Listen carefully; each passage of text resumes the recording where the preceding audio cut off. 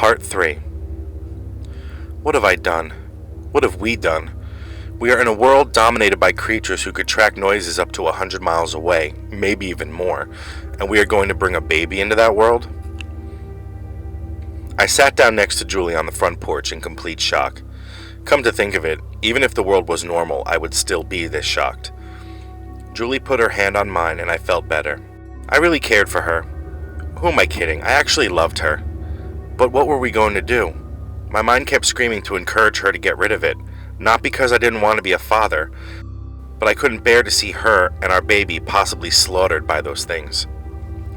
However, I was a little bit excited at the idea of being a dad, even under the circumstances. As a howl of thunder rolled in the distance, I grew the courage to say, "This isn't going to be easy." She gave me a faint smile and said softly, "I know, but I think it'll be okay." I let go of her hand and put my arm around her and pulled her into me. She rested her head on my shoulder. The sun started to set through the clouds as Ben walked up, and another rumble of thunder was heard very far away. "The storm is passing. We should probably watch our volume," he said. Instinctively, we both nodded. As we turned to go back into the house, we heard the monster's loud screech in the distance. I held Julie's hand and we went inside. The storm was over, our temporary reprieve from the terror was over, and we were back to being silent. In my mind, an idea started. What would happen if we set up something far away that would make noise to distract them? It would be tricky, but it just might work. But what could we do? Nightfall came and we did our normal routine of eating dinner and then going to sleep. Not very eventful, but we couldn't play music or watch TV, so we made do. Julie wrote me a note at dinner asking if I would sleep near her, and I agreed. In the beginning, we all decided to sleep in the same room, just in case. And also, Tom snored a bit. We decided that the basement was the easiest because it was a little more soundproof, and we could hear if any of them got into the house, or so we thought. I was awoken by a strange sound, and my eyes adjusted to being awake. I was looking at Julie fast asleep, and then I heard a thud coming from upstairs. I was too scared to move, but I slowly rose my head to see if anyone else heard, and I saw one of them in the corner of the room, right next to Haley, as she lay there defenseless and sleeping soundly. I put my head down slowly, and I started shaking.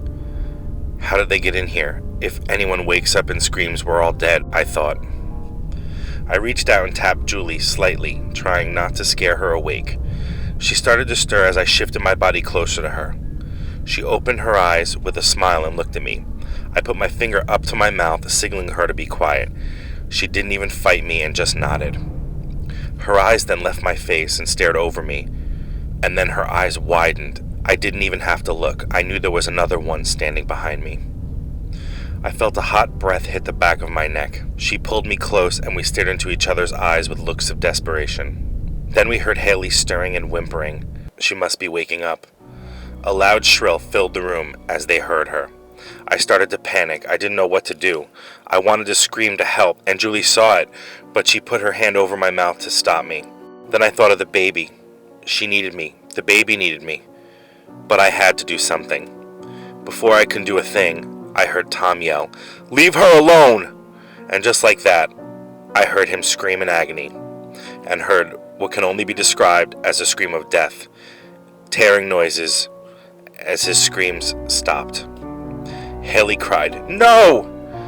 And the same noise filled the room again. Before anything else could happen, another noise was heard. A faint sound was heard from coming outside. I looked at Julie as tears poured down the side of her face as the creatures retreated out of the house. I didn't want to look, but I knew I had to. I sat up and saw what was left of Tom and Haley. There were no more discernible features, just blood and gore. Julie clung to me. "This is going to be harder than we thought," she whispered. I looked over and saw Ben, now sitting up, rocking back and forth, with his hands over his eyes, and he was covered in blood. "There's only 3 of us left," he whispered over and over again. I looked at Julie and kissed her. She gave me a forced smile. "I love you and won't let anything happen to you or the baby," I said, not realizing I had actually professed my love for her. "What did you say?" she whispered. I said, "I love you," as she wrapped her arms around me. "I love you too. Still, how are we going to survive and bring a baby into this world, she asked. I have an idea. It'll be tricky, but I think it'll work. But I need all of us on board. We both looked down at Ben, not knowing if he'll ever come out of the shock of watching our friends being slaughtered so viciously. We both sat with him and tried to cheer him up, but he wouldn't snap out of it.